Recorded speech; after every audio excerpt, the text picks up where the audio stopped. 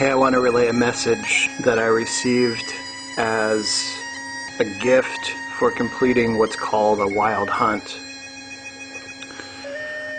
Just briefly, a wild hunt is a ritual drama where you find an area that's anywhere from 9 to 7 miles, usually done on a trail. And you get there the first day, and you make a promise to the spirits of that place, like a bargain, an exchange, and you set up a test. And the test will be that upon the next midnight, you will embark at the starting point, and you have till the very first rays of the sun to get to your end point, which, like I said, is anywhere from 7 to 9 miles long. If you succeed, the spirits there will grant you your request. If you fail, you need to uphold your end of the bargain and perform the task that you said that you would. It's a pretty involved process. There were 12 of us. 6 of us participated, myself included. The other 6 are watchers. They mean that they will go and find you when the sun comes up if you're nowhere in sight. It is done under the patronage of a handful of different, mostly Celtic deities, although we've done them under a couple Norse deities as well. Definitely gods of the hunt, gods of the forest, that sort of thing. Gods that would be determined what you would think of as fae, although most Irish gods are fae. But I think for people to grasp what that looks like, it's easier to say gods that would look like fae, gods of the woodlands. The night before is a big roaring fire. The correct herbal ingredients I won't go into for various reasons, and they help open up pathways to the spirit world, your ability to perceive them. And as midnight comes, drums are sounded and appropriate body paint is applied, and you are on your way. The spirits at this point create many an obstacle. Some of them are physical, a lot of them are psychological and emotional, and sometimes they actually manifest right in front of you. The point is not to make it impossible. The point is to test you and make sure that you're worthy of the requests that you've asked for. I completed mine, and my request is that I was shown a vision, something that I could share with everyone, something that I could use no matter what, a vision that I could hold to for the rest of my life, and it would always serve me. As I came across my endpoint, there was a lot of moving around that night, and it was a rough night. They really tested me on this. And I crawled I crawled to a place that looked relatively comfortable, and almost immediately I could feel that I was beginning to have an out-of-body experience. I didn't have a complete out-of-body experience, but my dreaming body and my astral body were, I was very aware of the activities of both, and it put me in a definite trance state. Out just feet in front of me, I began to notice a spider's web. And within the spider's web, there was a bee that had flown into that web and was struggling to get out. And a black widow spider inching ever closer.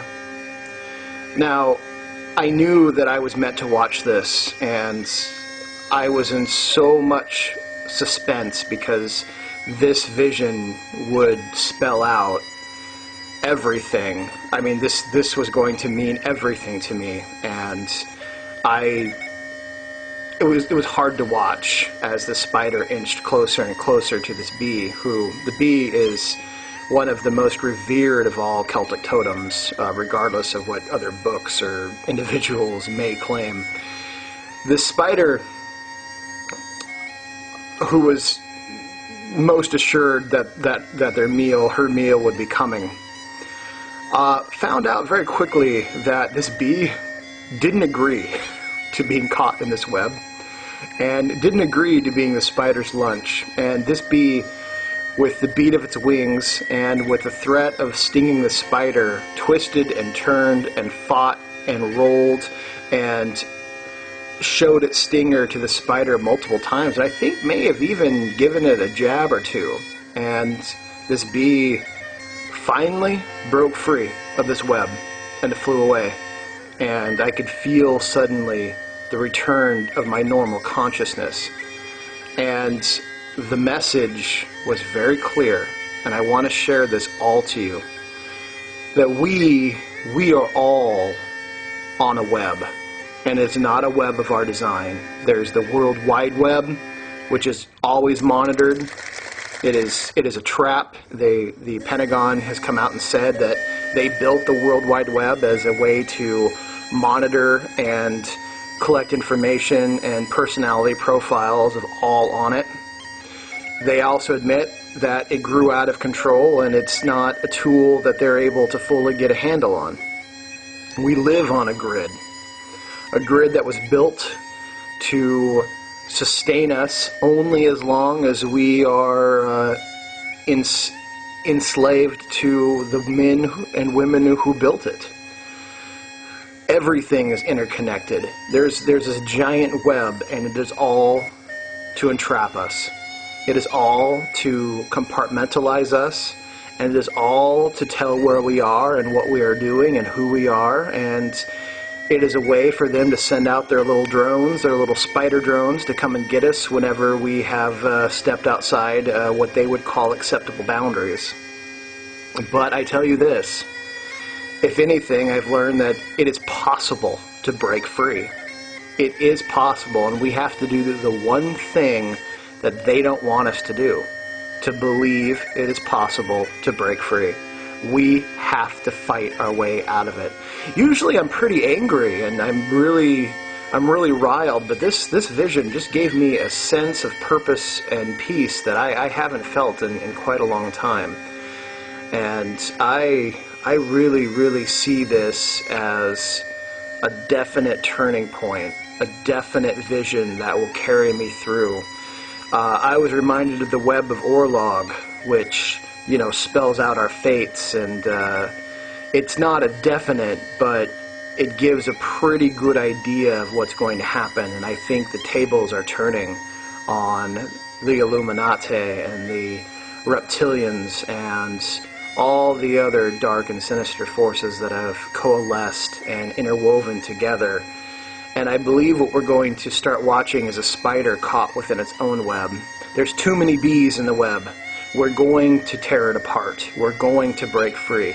And that reminds me, it's interesting how fast and how strong they're coming for our First and Second Amendments. Because if they can take away our stingers, we're toast. We're lunch. But if they can take away our First Amendment as well, that's the buzz that we can create, all communicating and all talking together. If they can take away our wings, our stinger and our wings, they have us. But as long as we can keep creating that buzz, encouraging and talking to one another and telling everyone where the enemy is and what the enemy is up to, all of that vibration will eventually bust through the web and break us free. And as long as we have our stingers, when they do come for us for buzzing too much, they'll have to think twice or maybe 3 times before they would be willing to come for us fully. We need to keep them afraid of us, worried about us, and eventually dealing with us is going to get too expensive. They're not going to be able to pay all the jackbooted thugs to come and get us. They're not going to be able to pay for their giant web of enslavement. We need to keep fighting. We need to keep our wings buzzing and our stingers sharp. And freedom Freedom is one delicious drop of honey at a time, worth every single second that we work for it, that we quest for it, and definitely worth preserving. This was such a beautiful vision that I give thanks to all those Celtic deities that were part of it, to all my ancestor spirits who were part of that, and to that powerful, brave bee that risked itself to show me a vision that I am sharing with all of you. This is a vision that happened today. This isn't a vision in a Bible that happened 2,000 years ago to some guy you'll never meet. This happened today. This is a direct message from the spirit world that I am relaying to you. That was meant for all people to hear. And I give thanks for being able to come and have this opportunity to share it. I want you all to really, really take it to heart that freedom is only grasped when you say you are ready and willing to do what it takes. I was almost reminded of that movie with it was called The Fly, with the man's head on the fly's body, and he's trapped in the web at the end, and he's saying, "Help me." The bee didn't do that. He didn't scream for help. He didn't wait for some sort of savior bee or cop bees, or he said, he didn't say, "Help me." He said to himself, "I'm going to help myself." And he did it. He broke free. A life and death struggle. And he wins. Imagine that. So next time you feel like yourself in the same situation, and know that we're all on this web, are you going to scream, "Help me"? When are you done screaming that to yourself? And when are you begin to tell yourself you need to help yourself? You need to help yourself to help others. And then you have support, and you'll feel all those wings beating. You'll hear that beautiful buzz of all those bees coming together and tearing apart this fucking web of evil. So think on this vision, use it wherever you find it most powerful in your life, and post some visions of your own, man. I mean, we're all in this together, and man, I'm happy to say that I'm part of it.